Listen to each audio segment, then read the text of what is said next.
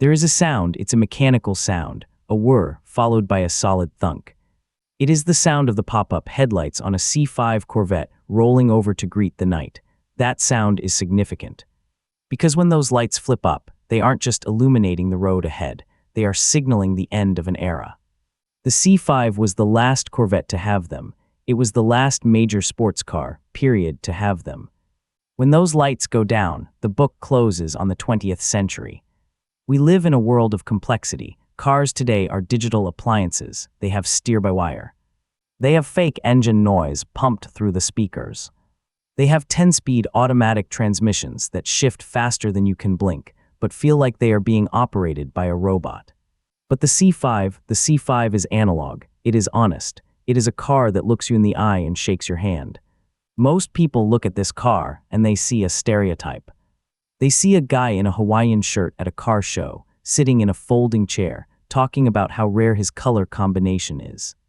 They see the jean shorts, they see the white New Balance sneakers, and for a long time that was true, but time changes perspective.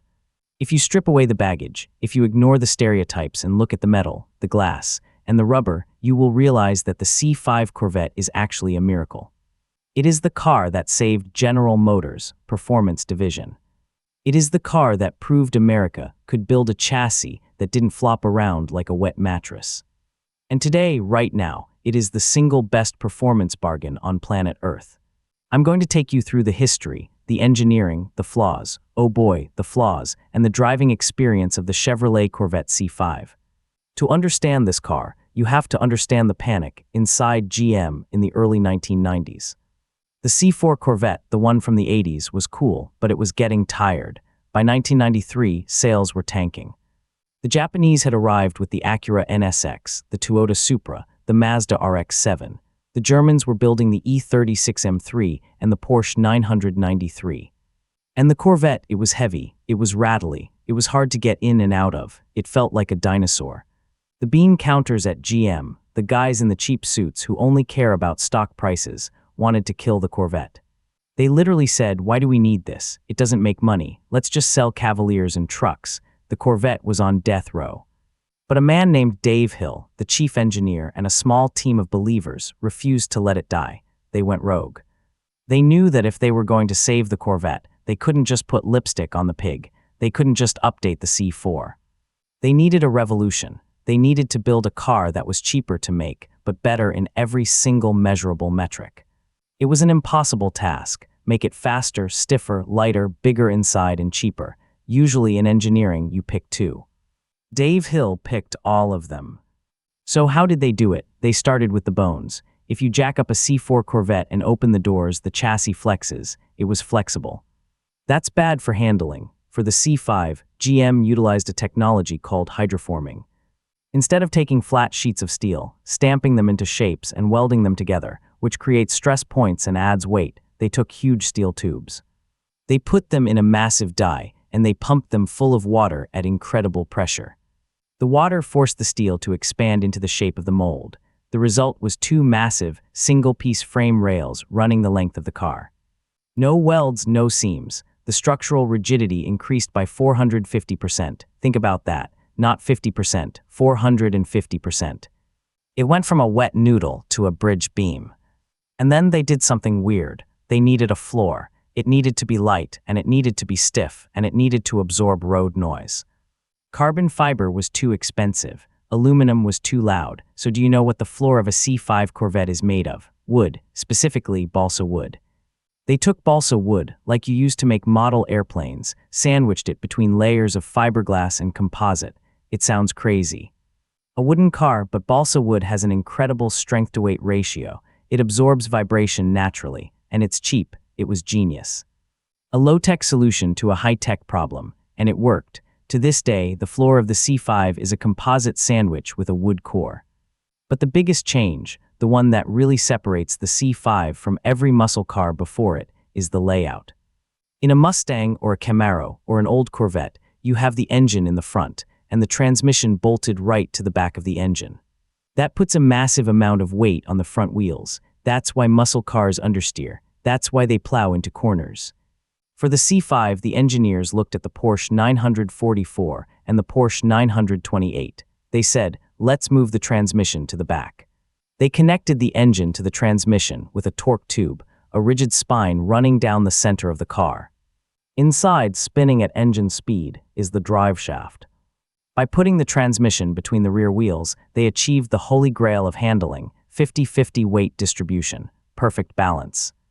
This meant the C5 wasn't just a drag racer. It could turn. It allowed them to push the wheels out to the corners.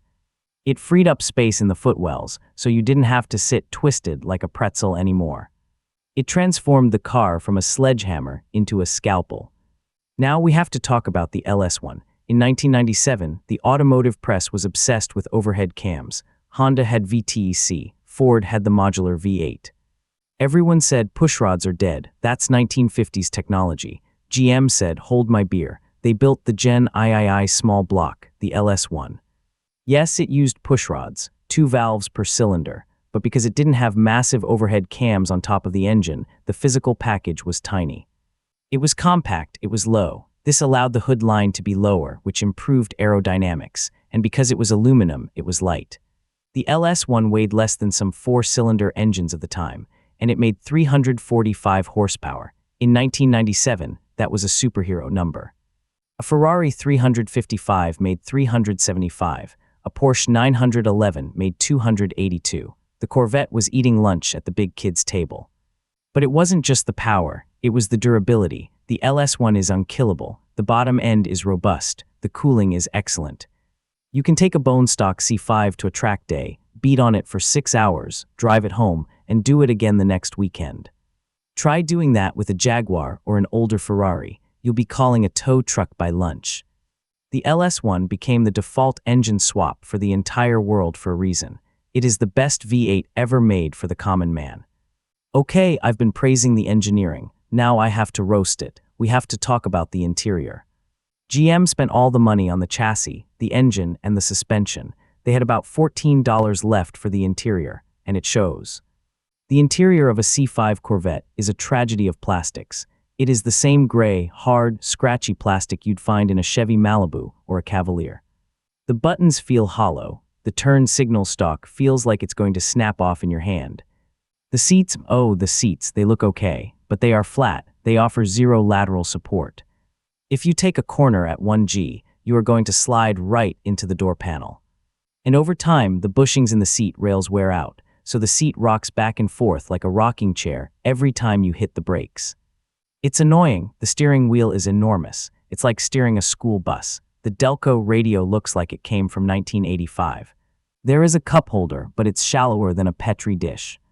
If you put a soda in there and shift to second gear, you are going to punch your drink across the cabin. And then there are the gremlins, the column lock. The car has an anti-theft feature that locks the steering wheel. Sometimes it breaks and locks the wheel while you're driving, or refuses to unlock so you can't drive. The EBCM, Electronic Brake Control Module. If you have an early C5 and this module fails, you lose ABS and traction control, and you can't buy a new one. You have to scour junkyards. The harmonic balancer on the engine tends to wobble. It's a 25-year-old GM car. Things will break, but here's the thing, none of this matters. Because when you are driving it, you don't care about the plastic. You don't care about the radio. The flaws are the price of admission for the performance. We have to pause and talk about the Z06. In 1999, GM released a cheap version of the C5 called the Fixed Roof Coupe, or FRC. It was supposed to be the budget model. It had a stiffer roof, less equipment, and was lighter. Nobody bought it. So in 2001, Dave Hill said, wait a minute, it's stiffer and lighter, let's make it the fast one, and the Z06 was born. They took the LS1, massaged the heads, put in a hotter cam, and created the LS6, 405 horsepower. Titanium exhaust system, the first ever on a mass production car, thinner glass, less sound deadening, wider wheels, stickier tires. Functional brake cooling ducts. The Z06 was a weapon. It did 0-60 in 3.9 seconds. In 2002, that was earth-shattering. It was faster than cars costing 3 times as much. The Z06 is the one you want. It is raw, it is loud, it is visceral. It feels like a race car that barely got a license plate. So what is it like to drive a C5 today? It is a revelation. You sit low.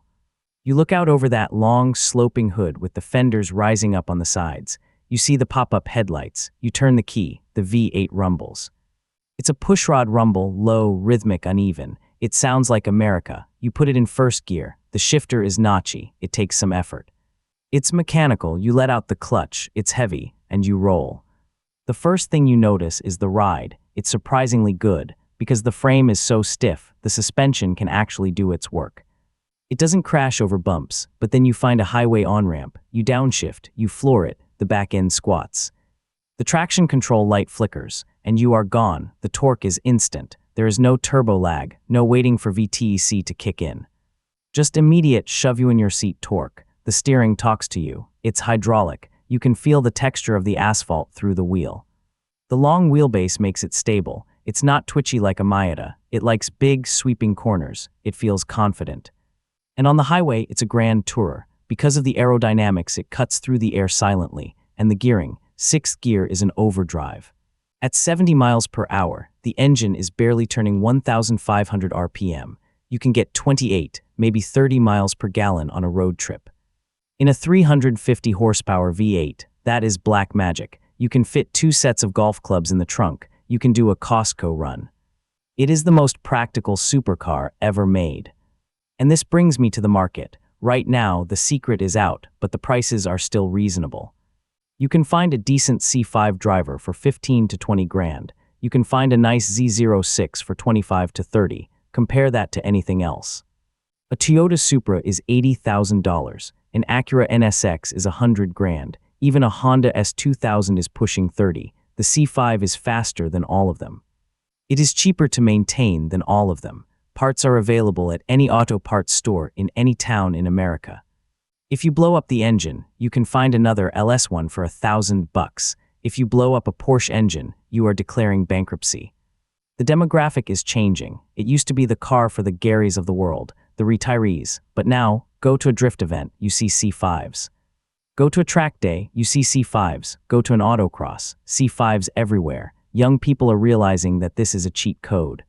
It is a dedicated sports car chassis with an unkillable engine for the price of a used Honda Civic. The jean shorts stigma is dying. The performance reality is taking over. The Corvette C5 is a bridge. It connects the old world of mechanical, analog, gritty muscle cars to the new world of aerodynamics, chassis stiffness, and precision. It has the soul of a 1960s hot rod, but the competence of a modern sports car. It isn't perfect. The interior is a joke. The electronics can be annoying, but cars aren't about plastic dashboards. Cars are about how they make you feel. And the C5 makes you feel like a hero. It makes you feel like you are getting away with something.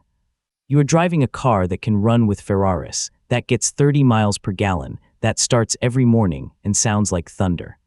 It is the last honest sports car. The pop-up headlights might be gone forever, but the legend of the C5, that is just getting started. So do yourself a favor. Stop looking at the spec sheets of the new electric crossovers. Stop worrying about the gas mileage of a hybrid. Go find a C5, buy it, fix the rocking seat, put a loud exhaust on it, and go drive, because they don't make them like this anymore. And they never will again.